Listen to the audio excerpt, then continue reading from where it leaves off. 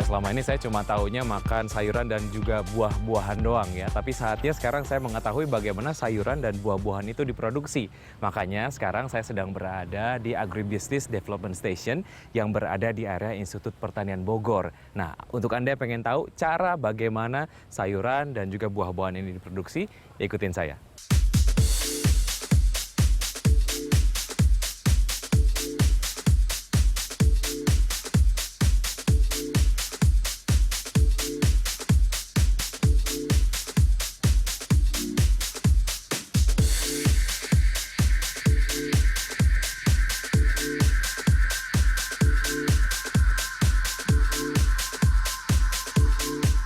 Assalamualaikum. Waalaikumsalam. Wiki, Pak, dari Berita Satu. Saya Ezi. Iya, Pak Ezi.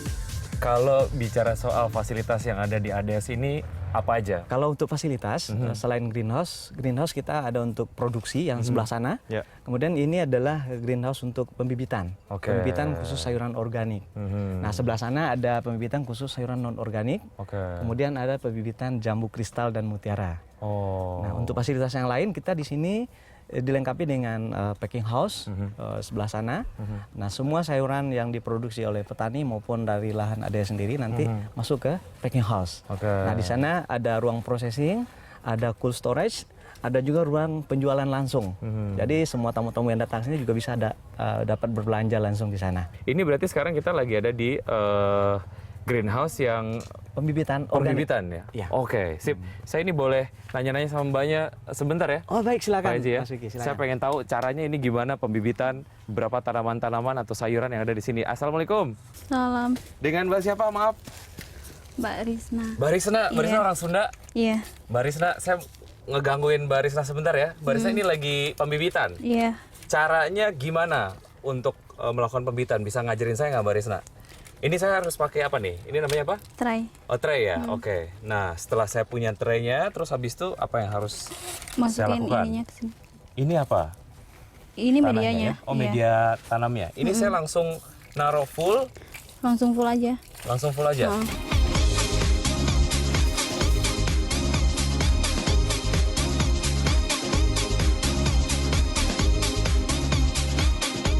Nah, setelah full tray-nya diisi dengan media tanam, terus saya harus ngapain nih, Mbak?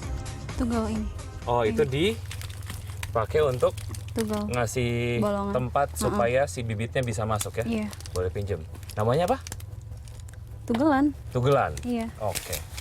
Sip.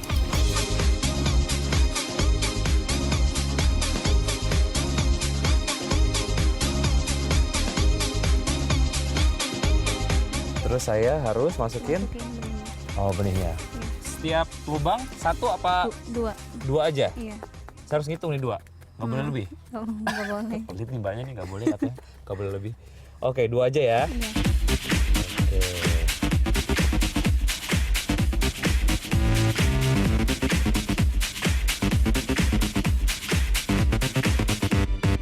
Ini ditutup gini ya, Mbak? Atau di... Yang udah aja. Oh, yang udah aja. Iya, ini berarti saya udah beres ya, Mbak ya? Iya. Dari sini setelah proses pembibitan berarti saya langsung kemana? Langsung taruh ke. Langsung taruh di sebelah sana, Iya. nunggu apa namanya supaya si bibitnya tumbuh ya. Iya. Oke, kita langsung bawa. Terima kasih, Mbak Rizna. Iya.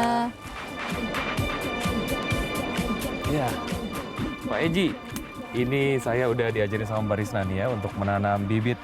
Kalau dinilai ini berapa nilainya Pak Eji? 1 sampai 10. Oh, 10 ya? oh 10. Saya kasih 10. Padahal murid baru, berarti saya oke nih oke untuk jadi banget. petani ya. Nah, ini setelah dilakukan pembibitan di tray, kita akan taruh di mana nih Pak Eji? Nah, ditaruh di sebelah ini aja. Di Jadi, sebelah sini? Iya, betul. Oke, Baik. sip. Saya taruh di sini, semoga nanti bibit-bibit yang saya tanam hasilnya sesuai dengan yang diinginkan ya. Ya. Pak Eji, ini kan adalah bibit pakcoy ya? Atau? Ya. Oke, pakcoy ini dari proses pembibitan hingga kemudian muncul apa namanya? Istilahnya apa sih itu Pak? Yang Ini bibit namanya. Bibitnya? Tadi masih benih. Oh benih, dari benih ke bibit itu memerlukan proses berapa lama? Jadi untuk selada, kailan, pacoy, caisim itu hampir sama.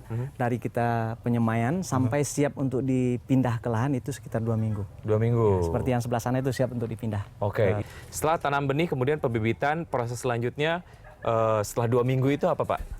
Nah, setelah 2 minggu seperti yang kita lihat sebelah sana itu bibit sudah siap untuk dipindah ke lahan. Nah, kita kan punya banyak petani-petani mitra yang menanam di lokasi mereka masing-masing. Betul. Nah, petani datang ke sini sesuai kuota yang sudah ditentukan, mereka ambil bibit, dibawa ke tempat mereka langsung ditanam. Oke. Bisa juga ditanam di lahan produksi kita di ADS sendiri. Boleh kita langsung ke lahan produksi aja Pak ya? Boleh, Oke, boleh, Mas sip. Vicky. Kita lihat tanaman yang di sana yang udah siap Baik. untuk dipanen. Baik. Kita lihat.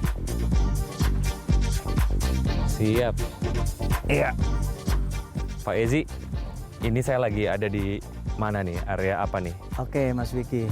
Tadi kita di pembibitan, sekarang di lahan produksinya. Lahan produksi. Nah, ini ada beberapa sayuran organik yang siap untuk dipanen.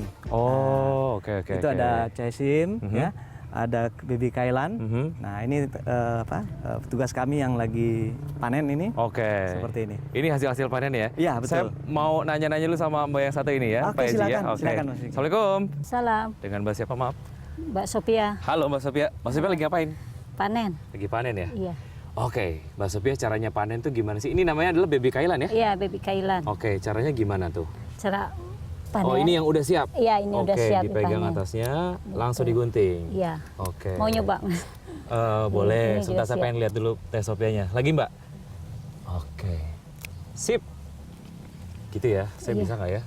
Semoga saya bisa ya. Itu bisa dipanen. Yang mana? Itu. Ini bisa? Iya, bisa. Bismillahirrahmanirrahim. Ini udah bener ya? Iya. Bener. Oke. Setelah dipotongin, Mbak Sophia, berarti ini langsung Cuci. dicuci. Coba nih. Nih. Bisa nggak saya berat ya? Nah. Iya. Nggak berat ternyata. Bisa saya ternyata ya. Oke. Mbak Sophia ngasih tahu saya cara nyuci sayurannya ya. Oh, iya, iya. Sip. Pak Haji, ini saya 5 menit udah dapat segini banyak tuh Pak Haji. Hebat ya saya ya. Bagus.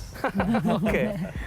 Mbak Sofi, di mana nih saya harus nyucinya? Iya, di sini nih Di sini. nyucinya. Oke.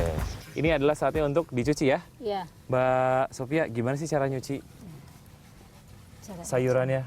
Oke.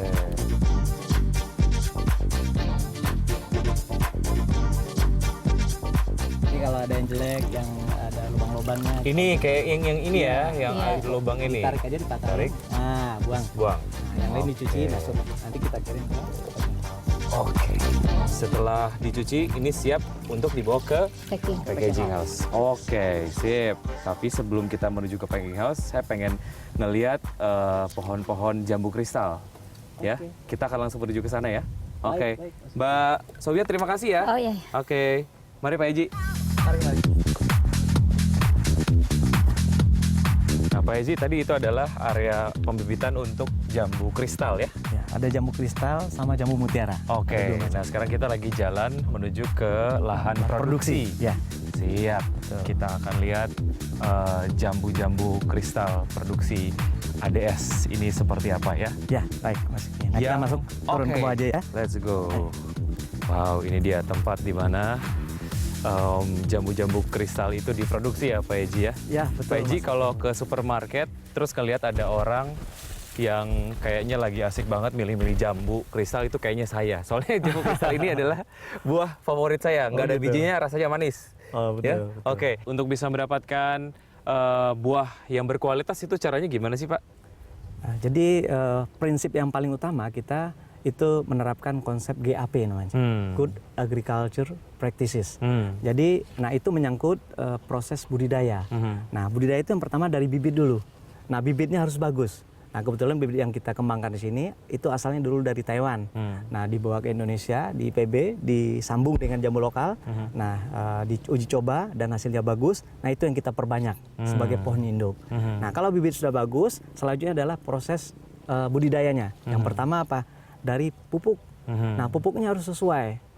Dosis, jenis pupuknya juga sesuai, artinya yang dibutuhkan oleh tanaman. Jambu kristal dan mutiara khususnya. Nah, kemudian kebutuhan airnya harus dipenuhi, terutama di musim kemarau seperti sekarang misalnya. Kita harus cukup air untuk penyiraman. Nah, kemudian setelah itu pembungkusan. Nah, seperti ini. Ya. Nah, kenapa kita lakukan pembungkusan? Nah, kenapa tuh Pak Haji? Nah, yang pertama kita untuk melindungi dari serangan hama, khususnya lalat buah, karena ini lalat buah sangat suka sekali. Satu titik aja digigit oleh lalat buah, nanti akan bisa Menyebar. ada ulat di dalamnya. Oh. Nah, oleh karena kita proteksi dengan ini. Nah, kita gunakan 2 lapis sponet dengan kantong resek seperti ini. Nah, tahapan berikutnya adalah proses pruning atau pemangkasan. Nah, jambu ini tidak dibiarkan terus tinggi seperti kalau petani tradisional ya, jambu lokal sampai 3 meter, 4 meter. Kalau Bapak lihat di sini, kita cuma sejangkauan aja tingginya. Karena rutin dipangkas. Oke, kita jalan-jalan lagi ya Pak Ezi ya. Baik, Mas Vicky.